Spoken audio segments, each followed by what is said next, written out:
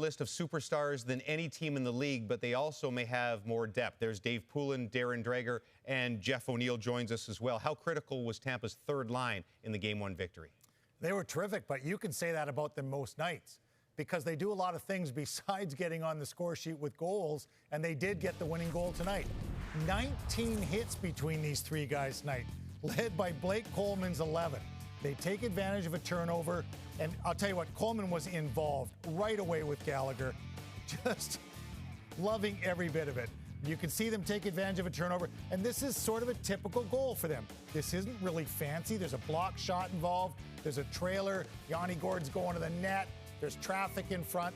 That's what they do, and they're really hard to play against. When you go out and line up for a faceoff, you know that you're in for a faceoff battle. And that starts the shift every single time for that third line. Tampa, 2 more points from the defense tonight. They're now at 38. Montreal also got 2, but they're at 21. How big an issue is Tampa's D offensively for the Habs, though? Well, James, it seems like the whole playoffs we've been talking about big, tall defensemen that are nasty and block shots, all the stuff I can't stand about defensemen.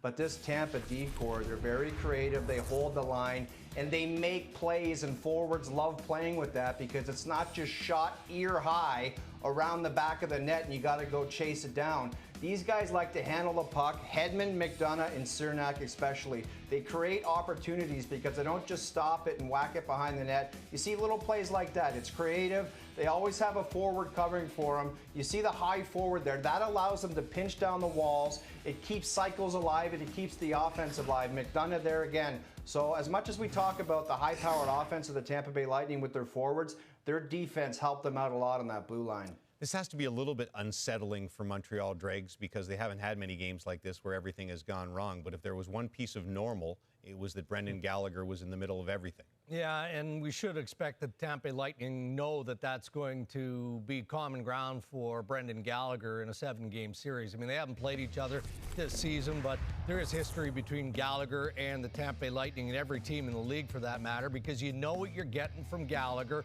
You're getting the board battles, the one-on-one battles. You're getting the chaos, the Gallagher going hard to the net on Vasilevsky. You're just getting the full-on physical compete from Brendan Gallagher. And he's got opportunity to get to the net and create some offense on occasion as well. But there's a classic example. This was early in the hockey game. Tampa Bay had already had enough of Brendan Gallagher sending him the message, we're going to be after you all night long. And that drifted into the third period. Again, the game is pretty much out of hand here. So Gallagher's going to try and stir things up. Bit of a scary moment here towards the end of the game, though, right? He gets tangled up. He goes awkwardly down on the ice. Does he smash his head on the ice or not? We know that he was cut on the play, but he did return. So that's just the feistiness of Brendan Gallagher. It's in his DNA, and we're going to see it for the rest of the series. First goal continues to be critical for both these teams. Montreal 11-2 when they score first in the playoffs, but it's Tampa that gets the first one on this night. They're now 13-2 front runners throughout these playoffs and now front runners in the Stanley Cup final.